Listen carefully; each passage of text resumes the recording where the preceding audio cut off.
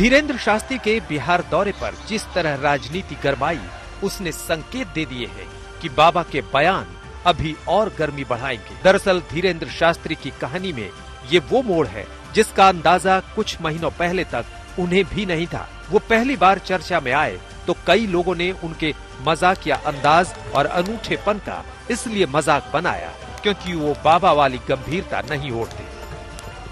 लेकिन रायपुर दरबार के वक्त उनके विरोध ने उन्हें अचानक देश भर में चर्चित कर दिया। एक पक्ष विरोध में तो एक बड़ा तबका उनके समर्थन में आ खड़ा हुआ। बाबा देश भर में इंटरव्यू देने लगे और धीरे धीरे उस सियासी लकीर को बड़ा करने लगे जिसमें जहां वो गए वो विचारधारा के स्तर पर लोग बंटने लगे और हिंदुत्व की पिच पर जमकर बैटिंग करने की वजह से वो संघ और बीजेपी समर्थकों के कुछ ज्यादा लाडले हो गए। बागेश्वर बाबा ने बिहार की राजनीति को जात पात से मुक्ति दिलाने का आह्वान भी किया। बिहार में 5 दिनों के कार्यक्रम में बीजेपी सांसद मनोज तिवारी, केंद्रीय मंत्री अश्विनी चौबे सहित बीजेपी के कई बड़े नेता धीरेन्द्र शास्त्री के सामने माथा टेकते नजर आए, जबकि महागठबंधन के नेताओं ने खुला आरोप लगाया कि बाबा का कार्यक्रम बीजेपी का चुनावी एजेंडा है। साधुओं के नाम पर बीजेपी बिहार में सांप्रदायिक माहौल खराब करने की कोशिश कर रही है।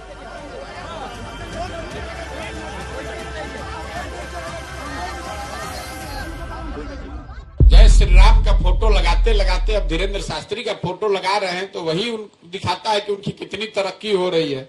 अब राम जी पर भरोसा कम हो गया होगा तब शास्त्री जी पर भरोसा करके चलेंगे। ये पॉलिटिक्स है पूरे तरीके से। इस देश को तोड़ने के लिए ये पॉलिटिक्स रची जा रही है और आरएसएस अब बजरंग दल के जरिए और कौन कौन सेना के जरिए हमको गाली दिलवाने का काम कर। तो भगवान को ये महाभारत में शिशुपाल ने गाली देने का काम किया था। अंत में भगवान ने क्या किया? सुदर्शन चक्र चला।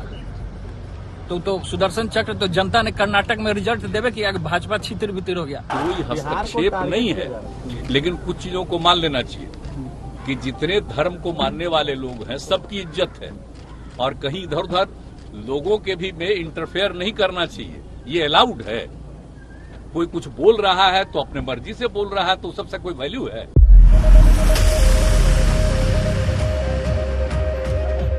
बिहार में उनके पोस्टरों पर कालिख पोत दी गई।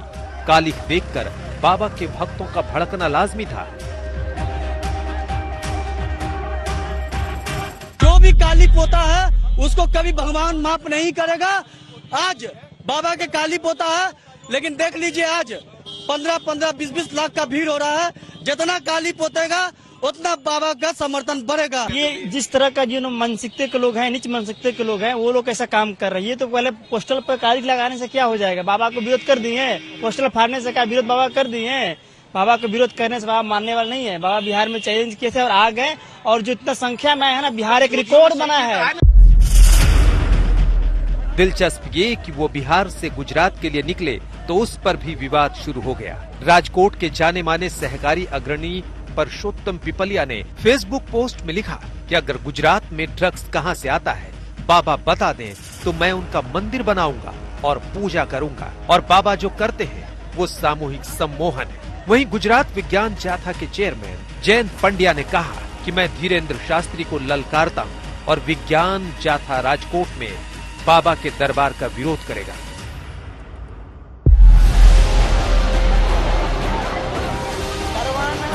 अब तो अंग्रेज भी दिन भर आउट करते हैं।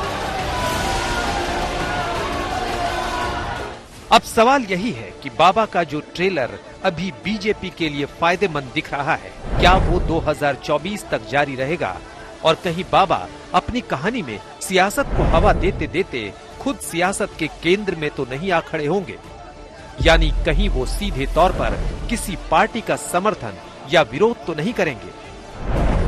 वैसे बाबा के बारे में विरोधी कह रहे हैं कि वो सनातनी मतदाताओं का ध्रुवीकरण कर रहे हैं। कुछ हद तक भी ऐसा हुआ तो बीजेपी को फायदा और बाबा बागेश्वर के सियासी रंग का और चटक होना तय है। आज तक ब्यूरो।